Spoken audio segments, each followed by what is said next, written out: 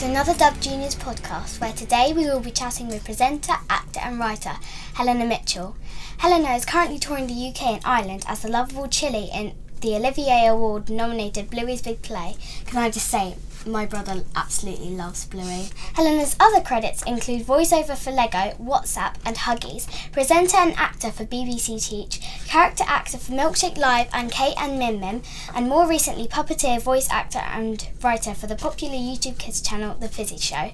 Helena has also created Fellow Farm, a heartwarming, diverse comedic animation, as well as co-writing for other projects currently in development.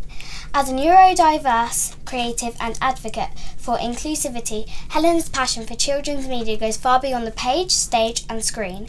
Focusing particularly on raising awareness of invisible disabilities, Helena is also on the executive board for the Children's Media Foundation. Thanks for joining us, Helena. Can I start by asking you, how did you first get into the business? Well, thank you very much, Mollie. Well, first of all, thank you for being here. And that was an awesome intro. Thank you so much. I started when I was really young. So my brother had to spend quite a lot of time in hospital when I was a little kid. And he's about 3 years older than me, and it's just me and him.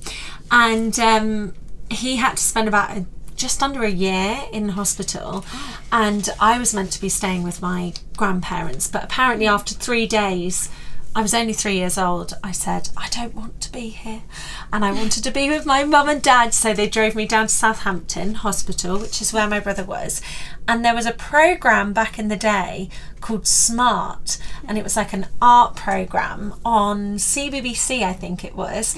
And they would sometimes, so they'd have their studio bits, but then they'd have bits of each programme where they'd go out on location and they'd do like little bits and bobs, or they'd create like a live art piece out of plant pots or something.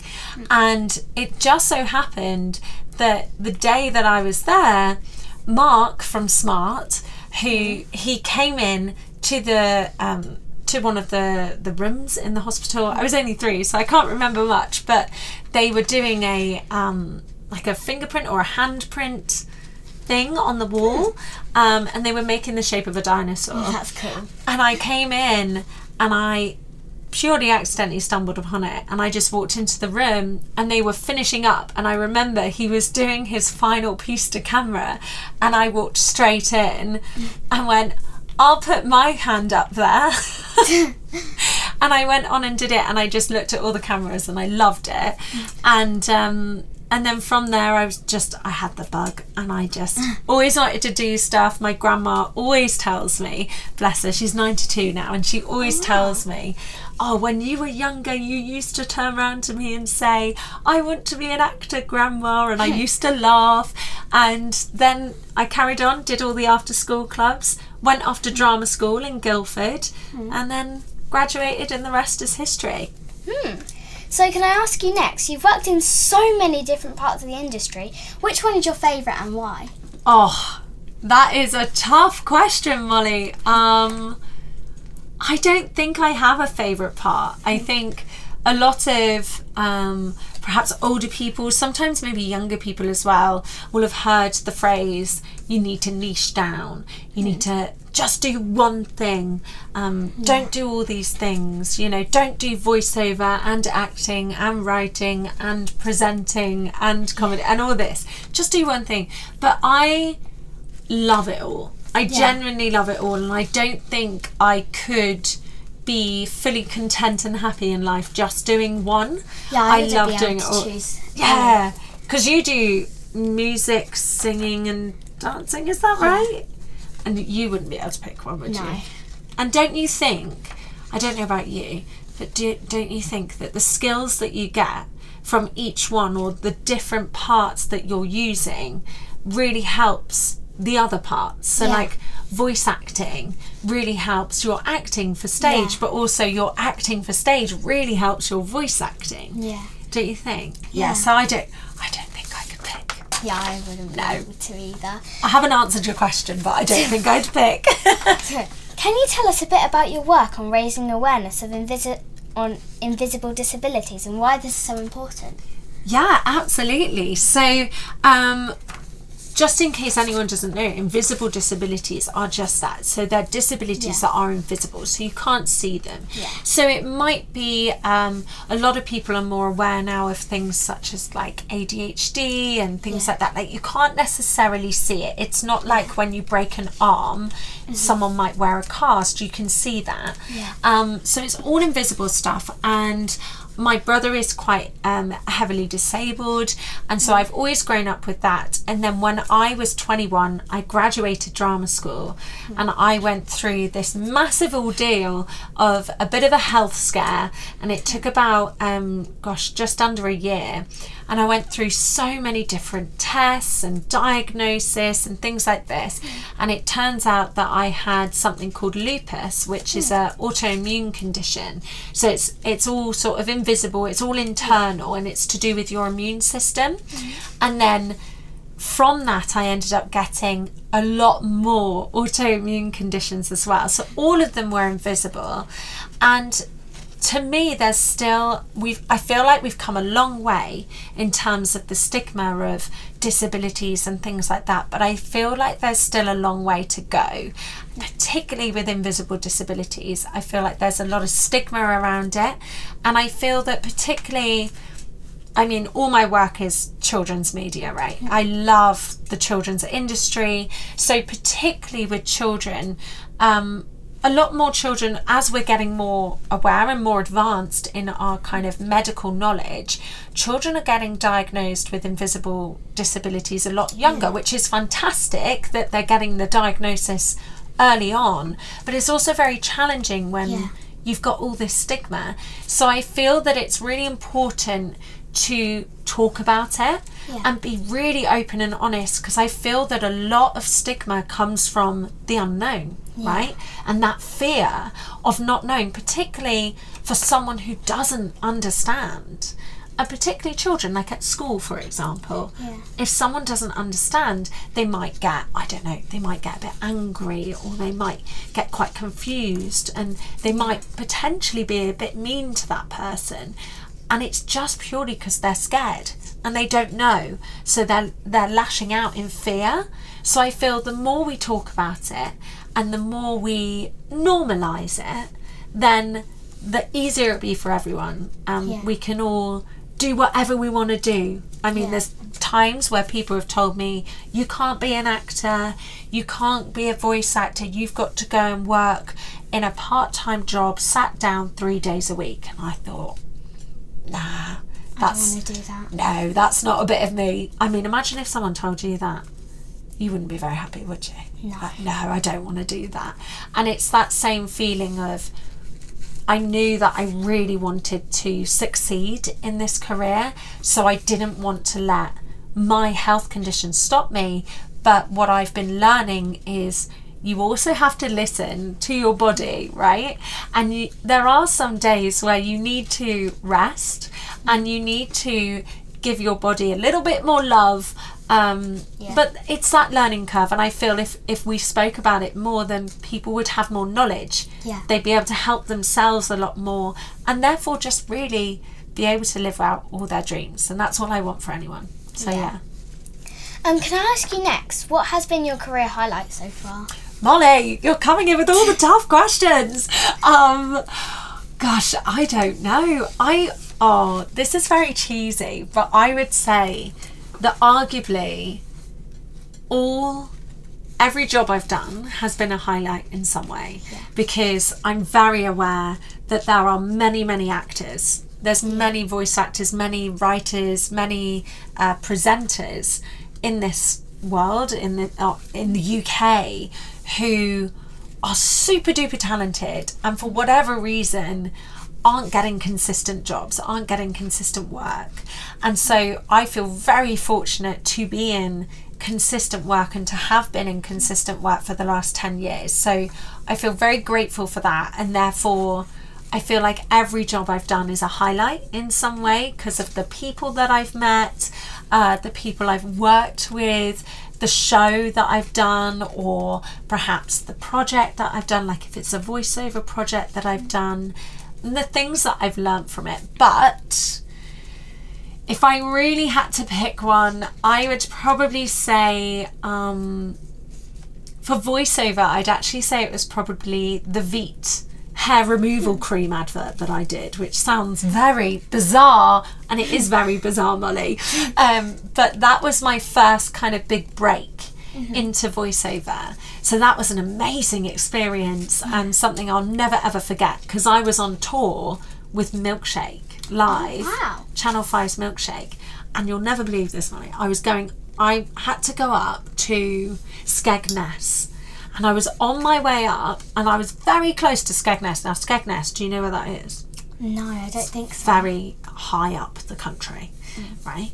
And I live quite south, and so I was going all the way up on the train, and I got the call to say that I'd booked it, but I needed to record tomorrow morning. And I was thinking, but I'm in Skegness, so what do I do? So I got off the train, walked across to the other platform, and got back on a train to go back home. I had 2 shows that following day, and I had to record near Swindon, which is down south, and I recorded in the morning, and I said I can make this work as long as I'm in the car by 8:30 a.m. So they had to come into the studio early. We recorded, we did it in, I think it was 2 or 3 takes, and we had so much fun that I ended up actually being 4 of the voices. Oh, wow. Because we were just messing around. It was 8 a.m, we were all delirious, and we were messing around doing different voices, different accents. So there's 5 voices in that advert, and 4 of them were mine. And then I got in the car and I drove up and I did 2 shows with Milkshake. So I'd say that was a highlight. And then from an acting point of view, it's got to be Bluey. It's got to be Bluey, hasn't it? Yeah. Have you seen the show yet? No, not yet. We must get you to come see the show. Well, I'll get you to come see the show. You can meet everyone. It'll be good fun. But yeah, I think those would be my highlights. Have you got a highlight of anything you've done so far? Well, I've only done like one big thing and a few little bits, but the show hasn't come out yet for the bit that I've done. So you can't say? No, not yet. Oh, all under wraps? Yeah. But you'd say, when you can, you would say that is your... I think it's coming out this month. I'm not That's sure. really sick. Are you really excited? Yeah. Have you got a little party planned? Yeah. Have you? Well, actually, no, but I've been thinking about it. Yeah, go on. You should have a little celebration. Launch party. A release party. Yeah. That'd be good, wouldn't it? Yeah. Oh, that's so cool. And I'm sure you're going to have loads of other highlights, aren't you? Yeah. Yeah, you will. Yeah. And you've got other things coming up, haven't you, as well? Yeah. And they're highlights. Yeah. I love that. I've got like a season 2 coming up soon, I think. Ooh, that's Not exciting. sure when it is. I think it's in the summer holidays. Oh, well, that's perfect. You don't have to deal with school then as well. Okay. So, for the last question, what are your top tips for a young performer like myself starting in the industry? That is a very good question. Gosh, I think I've got a few top tips. I'd say the first thing I'd say is don't ever be told to niche down. Don't do it. Unless you want to, obviously. But if you don't want to niche down, and if you love all aspects of what you're doing, do it. And as much as adults pretend to know what they're doing, we haven't got a clue what we're doing. We're all just making it up as we go along. And I think that my biggest bit of advice would be, your gut reaction, that gut feeling that you have, that fire in your belly of going, no, this is what I want to do. Follow that at all points. And if you ever get a job or you get an audition come through and you don't quite feel like that fire is ignited, it's okay to say no.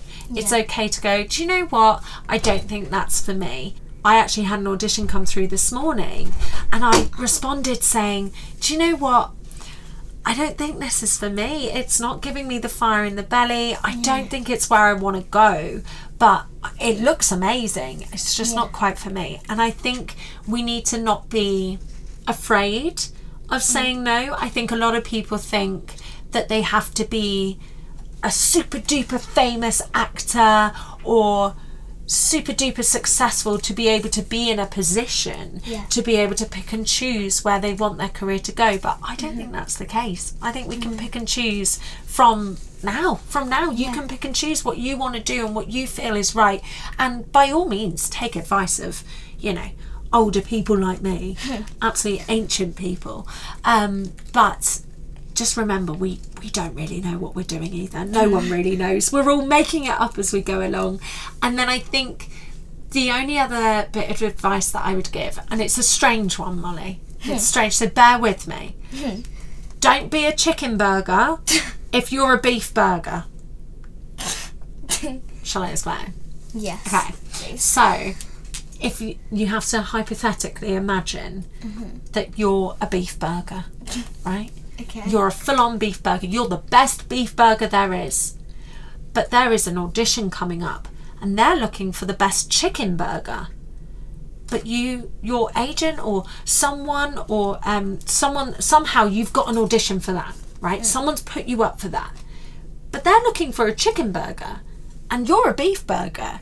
So what a lot of people do is they go into that audition, they go into that room as a beef burger, but dressed as a chicken burger. Now, the people behind the desk, they can see that you sort of look like a chicken burger, but they can see you're not really a chicken burger. But all it does is it makes you look like you're not really a chicken burger, but you're also not really a beef burger. It gives them a confused vibe. They go, I'm not really sure what this is. Yeah. What's going on? There's a lot of costume. There's a lot of chicken burger dressed as a beef burger dressed as a chicken. There's a lot going on. And you don't get the job, or you don't get that role, and someone who is a chicken burger gets that role, right? Because they are a great chicken burger.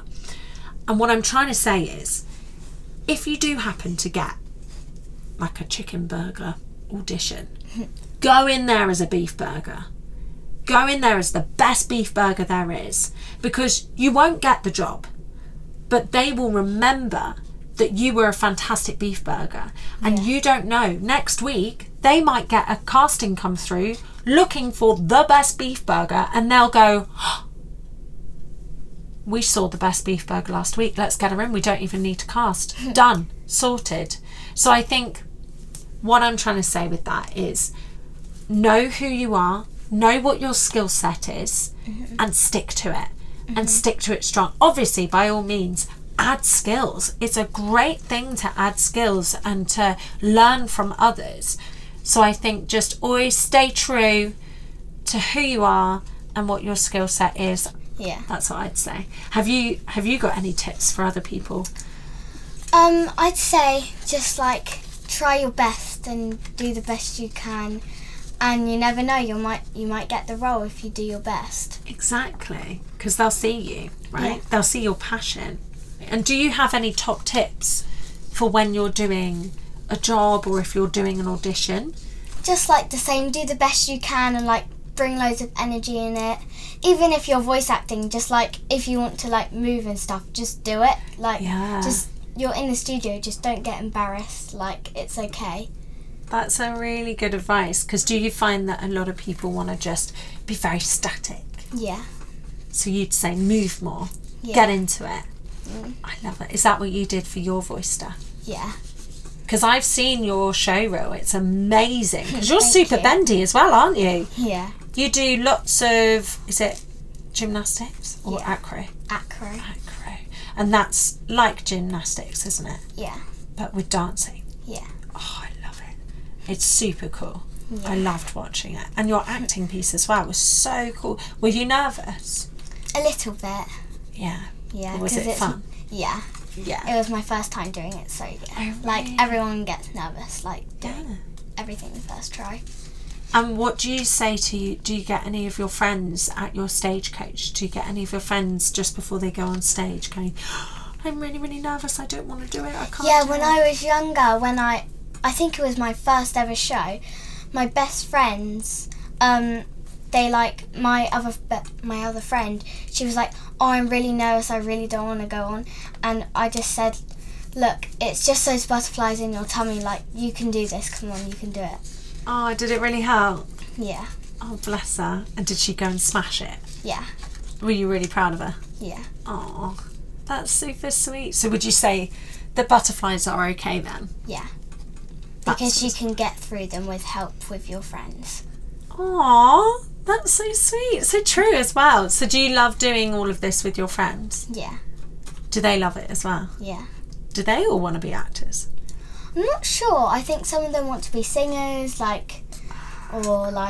actors, or dancers. Oh, wow. So some of them are really passionate about one area. Yeah. But you love it all, don't you? Yeah. So do you want to do musical theatre? Yeah. Yeah. What would be your dream role?